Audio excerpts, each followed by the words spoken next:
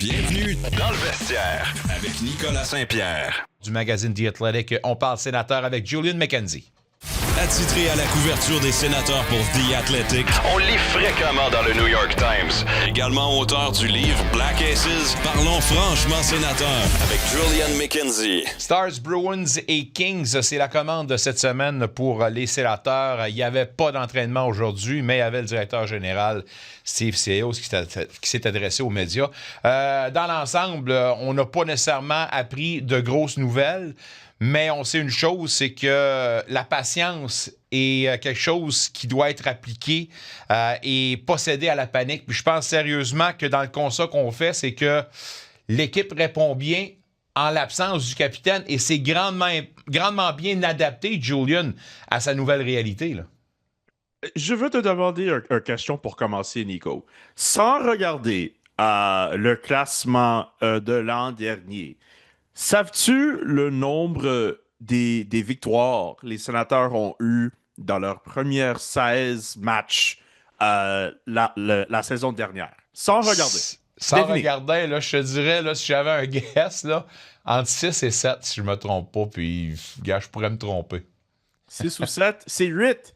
8? C'est 8, le même nombre que ces sénateurs de cette année. Et je pense que cette année, cette équipe-là a 2 points de plus comparé à l'an dernier. On regarde une équipe qui, quand on considère les circonstances ou leur unité de désavantage numérique est au plus bas de la Ligue nationale, on parle d'une équipe qui a un des taux de excusez l'anglicisme, du save percentage, c'est le pourcentage d'arrêt, le deuxième plus pire dans la Ligue nationale, qui joue sans leur leader en Brady Tkachuk.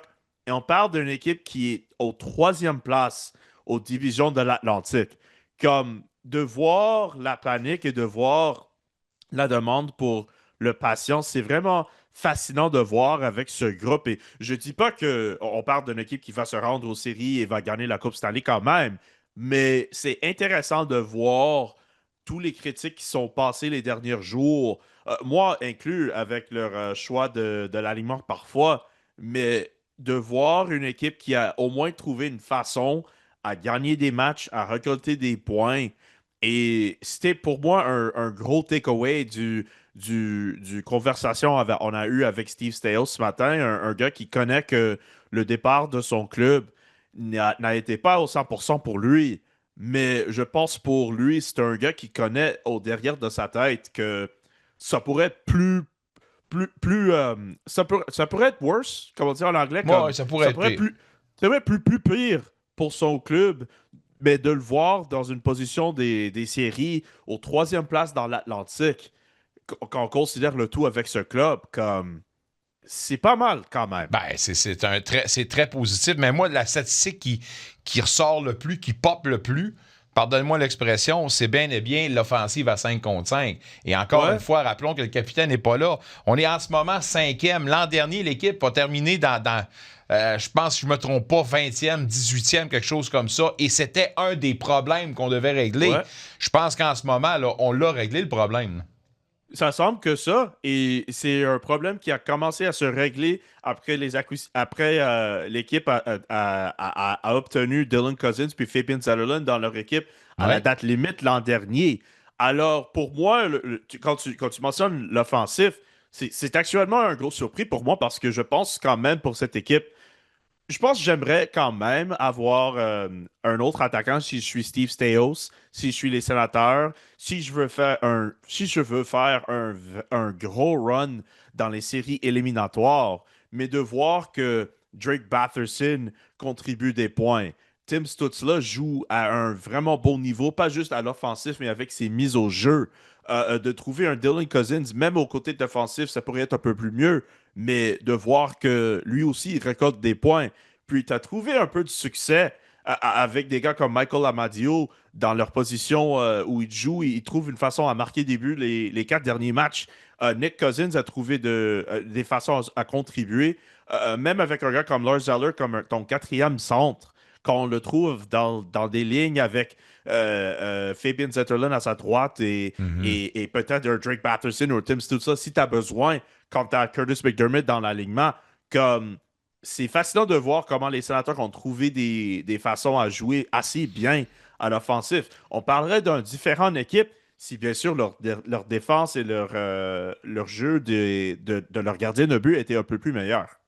Ouais, on en reparlera dans quelques instants. Mais là où je voulais en venir, c'est ça, au niveau de la patience, c'est qu'il y a 2 semaines passées, je Ouais. disais, j'étais le premier à taper haut et fort que le DG doit bouger, il faut compenser la perte de Kachuk avant qu'on perde justement le contrôle de tout ça.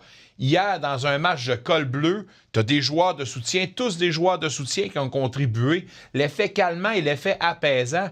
Et oui, je pense et je veux que Staios bouge, mais plus nécessairement aussi vite que je voulais. Puis on peut être patient dans les circonstances qu'on connaît en ce moment pour les sénateurs. Vois-tu les choses de la même façon? Je pense, je suis en accord, mais je pense aussi qu'on parle d'une saison qui apporte des vagues. Et je pense, si tu regardes le comportement de certaines fans, particulièrement aux réseaux sociaux, ça pourrait être un peu fatigant et épuisant de les voir tout le temps, de les voir avec tous les vagues, tous les hauts et les bas Ouais. avec cette équipe. Et on parle d'une équipe qui a joué assez bien contre Utah. Qu'est-ce qu'on va dire si les Sénateurs trouvent une façon de perdre à Dallas, à Boston puis à Los Angeles cette semaine? Comme c'est une équipe où je pense qu'avec les attentes qui suivent cette équipe-là, comme c'est vraiment facile d'avoir toutes les émotions que tu peux apporter quand tu suives cette équipe-là, juste avec les circonstances qui suivent cette équipe. Je m'attendais pas à ce que le DG jette son gardien numéro 1 sous le boss. Throw him Non. under the bus. Non. Il réitère sa confiance. Il dit même qu'à un certain moment donné, pour expliquer les déboires de son gardien numéro 1, il a été malchanceux. Mais reste que ses 5 dernières sorties, sa seule où il a eu un pourcentage de plus de 900, c'est sa victoire serrée de samedi dernier. Comment vois-tu les choses pour Hallmark et comment vois-tu la situation? Inquiétante ou au neutre pour toi, il n'y a pas de problème, un peu comme Staios? Pour moi, je continue à regarder la côté mentale avec Linus Hallmark. Et c'est pas quelque chose que je pense, c'est pas quelque chose que je devine avec lui.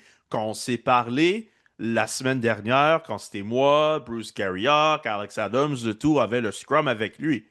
La parole de Linus Hallmark qui me reste le plus, c'est quand j'ai demandé ben quand même, j'ai demandé avec sa santé et qu'est-ce qu'il a fait avec Justin Peters durant l'été.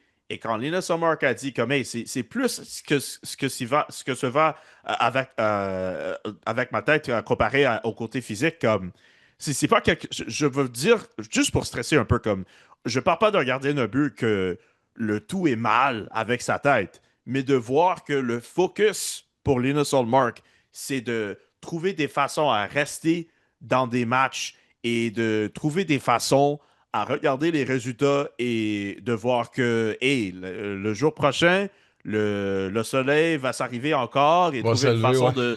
de recommencer, de relever et recommencer pour le prochain match.